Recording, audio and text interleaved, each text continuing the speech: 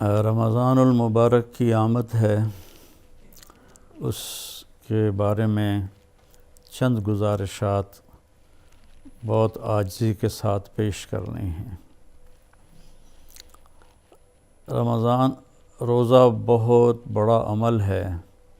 اللہ تعالیٰ نے فرمایا کہ روزے کا بدلہ میں خود ہوں، اور ایک جگہ فرمایا کہ میرے نبی نے کہ کوئی جانتا ہی نہیں ہے کہ روزے کا ثواب اللہ نے کیا رکھا ہے۔ تو اللہ ہمیں توفیق دے روزے رکھنے کی۔ تو اس سے پہلے ہم اپنے دلوں کو صاف کر لیں۔ کسی کی نفرت ہے اس کو صاف کر دیں، بغض ہے، حسد ہے، کینہ ہے۔ کینہ ہوتا ہے کسی کو نقصان پہنچانے کی نیت، یہ بغض سے زیادہ بڑی چیز ہے۔ تو اس قسم کی جتنے بھی ہمارے دل میں منفی چیزیں ہیں، یہ ہم اللہ سے مانگ کے اپنے دل کو صاف کر دیں تاکہ ہمارے روزے قبول ہوں۔ اور خاص طور پر اگر ماں باپ کی نافرمانی ہے تو رمضان میں اس کی بخشش نہیں ہوتی۔ ماں باپ کے پاؤں پکڑ کے معافی مانگ لیں۔ اگر شراب کی عادت ہے تو شرابی کی بھی بخشش نہیں ہوتی، توبہ کر لے تو سب معاف ہے۔ تو اس سے بھی ہم توبہ کریں۔ اور رشتہ داروں سے برا سلوک ہے تو اس سے بھی ہم توبہ کریں اور ان سے ملیں، جا کر جھک جائیں۔ اور جھک جانے میں اللہ نے عزت رکھی ہے۔ اور کسی کے بارے میں دل میں کینہ ہے، یعنی اس کو نقصان پہنچانے کی نیت اور ارادہ ہے، اس سے بھی توبہ کریں تو انشاءاللہ ہمارے روزے اللہ کی بارگاہ میں قبول ہوں گے۔ آخری رات اللہ فرماتے ہیں کہ دن کے روزے اور رات کے قیام کی وجہ سے میں نے ان کے سارے گناہ معاف کر دیے۔ اور اللہ تعالیٰ نے ہر امت پہ روزہ فرض کیا ہے۔ ہمارے لیے روزہ آسان کیا ہے کہ ہمارے لیے سحری بھی ہے اور ہمارے لیے افطاری بھی ہے۔ تو اہتمام سے ہم ان روزے رکھیں اور کوشش کریں کہ پیٹ بھر کے نہ کھائیں تاکہ جسمانی فائدہ بھی ہو، روحانی فائدہ بھی ہو۔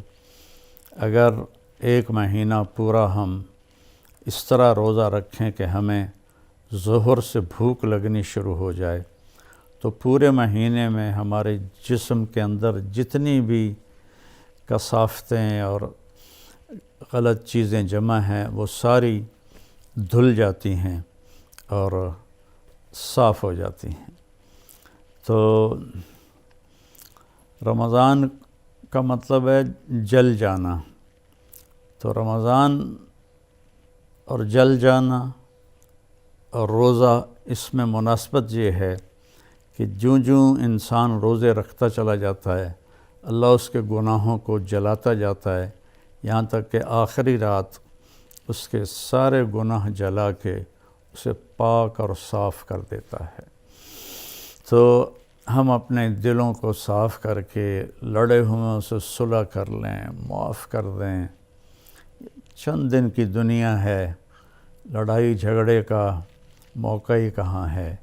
چند صبحیں ہیں، چند شامیں ہیں، بہت سی بیت گئیں، تھوڑی باقی ہیں۔ بہادر شاہ ظفر رحمۃ اللہ علیہ کا شعر ہے، ان حسرتوں سے کہہ دو کہیں اور جا بسیں، اتنی جگہ کہاں ہے دل داغدار میں۔ تو دل داغدار میں اللہ کی محبت اور اللہ کے رسول کی محبت اور اللہ کے بندوں سے محبت اپنائیں تاکہ ہمارا ہر عمل قبول ہو اور اللہ تعالی ہم سے راضی ہو۔ اور دوسری بات یہ ہے مالدار حضرات کے لیے کہ زکوٰۃ کا تو ضرور اہتمام فرمائیں۔ بہت غربت ہے، اور بہت مہنگائی ہے، ہمارے گناہوں کی سزا ہے کہ مہنگائی کا عذاب ہے ہمارے اوپر۔ جو اللہ ہی ٹالے تو ٹالے، تو ہم سب اللہ کی بارگاہ میں توبہ کریں اور کھل کے مال خرچ کریں، زکوٰۃ بھی دیں، زکوٰۃ سے بڑھ کر بھی دیں، اور ڈھونڈ ڈھونڈ کر خاص طور پر ان لوگوں کو جو سوال نہیں کرتے اور گھر میں فاقہ ہے، انہیں تلاش کر کر کے ہم اپنا مال خرچ کریں کہ جو ہم نے خرچ کر دیا وہ ہمارا ہو گیا، جو ہم نے بچا کے جمع کر لیا وہ مرتے ہی پرایا ہو گیا، پتہ نہیں اولاد کا ہے یا کس کا ہے۔ تو زیادہ سے زیادہ اللہ کے نام پر مال خرچ کریں، غریبوں کو ان کو ڈھونڈ کر، مریضوں کو، روزہ رکھنے والے روزہ رکھ نہیں سکتے ان کو ان کی امداد کریں، تو اللہ تعالیٰ آپ کے اس مال کو جہنم سے بچاؤ کا ذریعہ بنائے گا۔ اور کسی سے ناراض ہیں تو اس کو معاف کر دیں، کوئی آپ سے ناراض ہے تو اس سے جا کے معافی مانگ لیں، تو ہمارے روزے انشاءاللہ قبول ہو جائیں گے۔ کثرت سے تلاوت کریں قرآن کی۔ بخاری شریف کی روایت ہے، کانا رسول اللہ صلی اللہ علیہ وسلم اجود الناس، اللہ کے نبی سب سے زیادہ سخی تھے، وَأَجْوَدُ مَا يَكُونُ فِي رَمَضَانَ حِينَ يَلْقَاهُ جِبْرِيلُ يَأْتِيهِ كُلَّ لَيْلَةٍ فَيُدَارِسُهُ الْقُرْآنَ، اور رمضان میں آپ بہت زیادہ سخی ہو جاتے تھے جب جبریل آتے تھے، روزانہ رات کو آپ جبریل کے ساتھ قرآن کا دور فرماتے تھے۔ تو یہ واحد نبی ہیں جن کے پاس اتنی کثرت سے جبریل تشریف لائے، ہر رات تشریف لاتے تھے۔